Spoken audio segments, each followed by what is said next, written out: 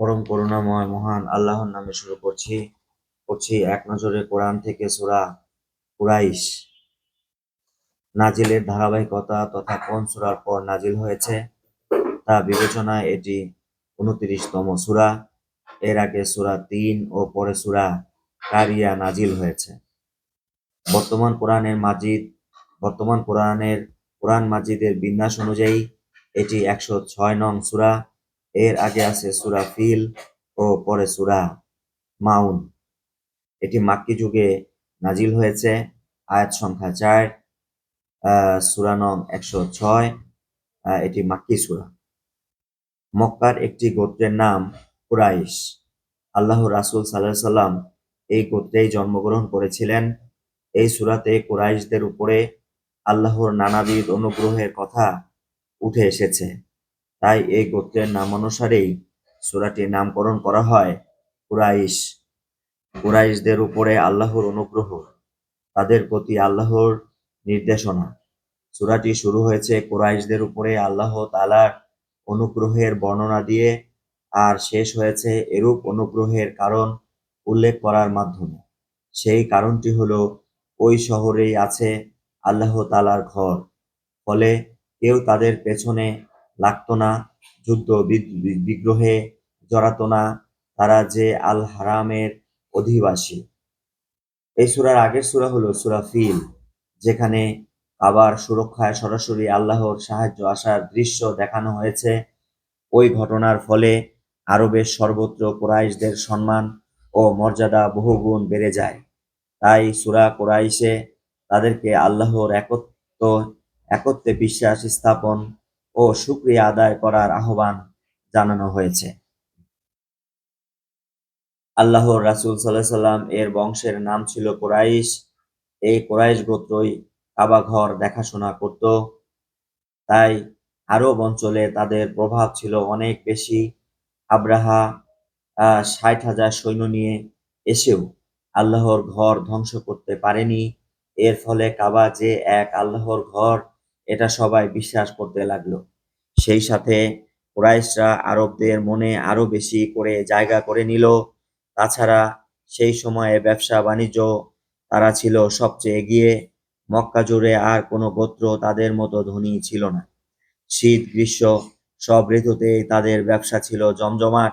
তখন পথে পথে ডাকাতি হলেও কুরাইশদের কাফেলায় হাত দেবার সাহস কারো ছিল না। মোদ্দা কথা, শুধু আল্লাহর ঘরের খাদেম পরিচয়ের দরুন গোটা মক্কা মেনে নিল তাদের একক কর্তৃত্ব। কিন্তু এত সাফল্য পাওয়ার পরও তারা আল্লাহকে ভুলে গেল। কয়েকটা নিষ্প্রাণ মূর্তির পূজা শুরু করলো। এই ব্যাপারটির দিকে ইঙ্গিত দিয়েই সূরা কুরাইশ নাজিল করা হয়। আল্লাহ তাআলা কুরাইশদেরকে সামগ্রিক নিরাপত্তা দিয়েছেন। সূরার শুরুতেই এসেছে সেই আলোচনা।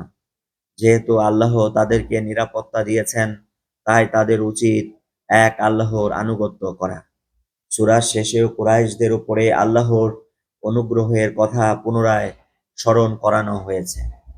মারুর ইবনু সুওয়াইদ রাদিয়াল্লাহু তাআলা থেকে বর্ণিত, তিনি বলেন, আমরা একবার ওমর রাদিয়াল্লাহু তাআলার সাথে হজের সফরে বের হলাম। তিনি আমাদের নিয়ে ফজরের নামাজ আদায় করলেন আর তাতে তেলাওয়াত করলেন সূরা ফিল ও সূরা কুরাইশ। আল্লাহ আমাদের রব, খাবার থেকে নিরাপত্তা সবটাই তার দেওয়া নিয়ামত। সুতরাং আমাদের একনিষ্ঠ ইবাদত পাওয়ার অধিকার কেবল তিনিই রাখেন।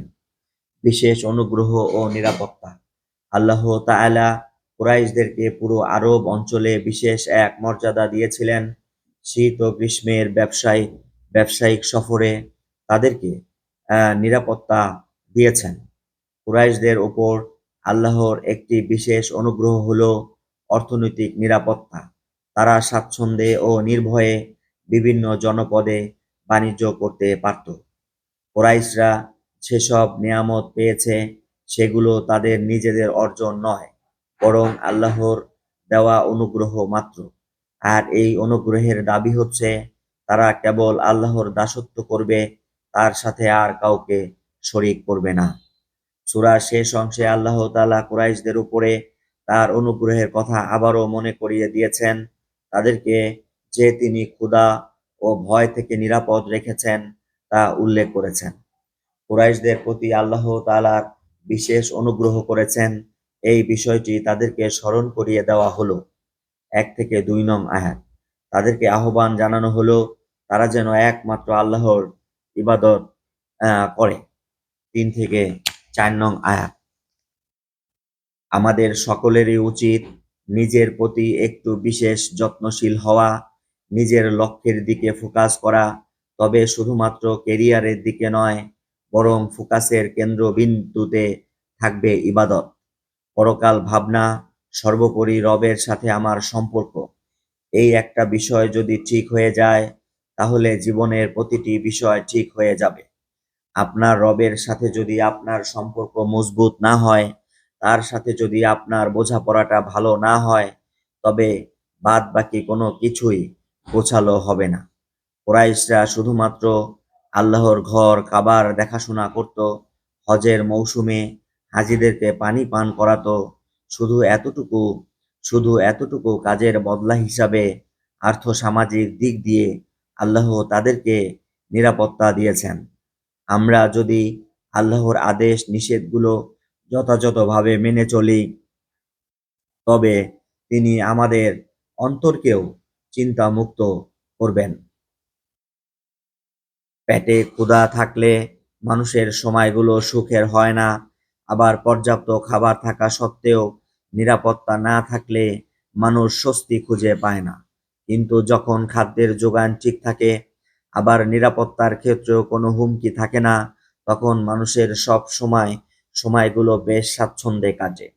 আল্লাহ তাআলা কুরাইশদেরকে এই দুটো নিয়ামতই দান করলেন। ক্ষুধা মেটাতে তাদেরকে খাবার দিলেন এবং ভয় থেকে রাখলেন নিরাপদ। তাই তাদের সুখের পথে আর কোনো বাধা রইল না। আল্লাহ তাদেরকে আদেশ দিলেন তারা যেন তার ইবাদত করে, তার প্রতি কৃতজ্ঞ হয়, কারণ ইতিমধ্যেই তারা আল্লাহর থেকে অনেক দূরে সরে গেছে। এক আল্লাহর গোলামি ছেড়ে বেছে নিয়েছে অসংখ্য মিথ্যা ইলাহ। বর্তমানেও আমরা যারা প্রতিবেলা খাবার পাই, ভয় থেকে নিরাপদ আছি, তাদের উচিত রবের ইবাদতে নিমগ্ন হওয়া, শুকরিয়ায় শুকরিয়ায় সাজদা দেওয়া। শুনছিলেন এক নজরে কোরআন থেকে সূরা কুরাইশ। পরবর্তী ভিডিওতে সূরা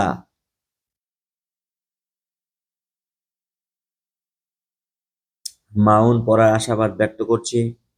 আল্লাহ রাব্বুল আলামিন আমাদের সবাইকে কোরআন এবং সুন্নাহের আলোকে জীবন পরিচালনা করার তৌফিক দান করুক। সকলে বলুন আমিন।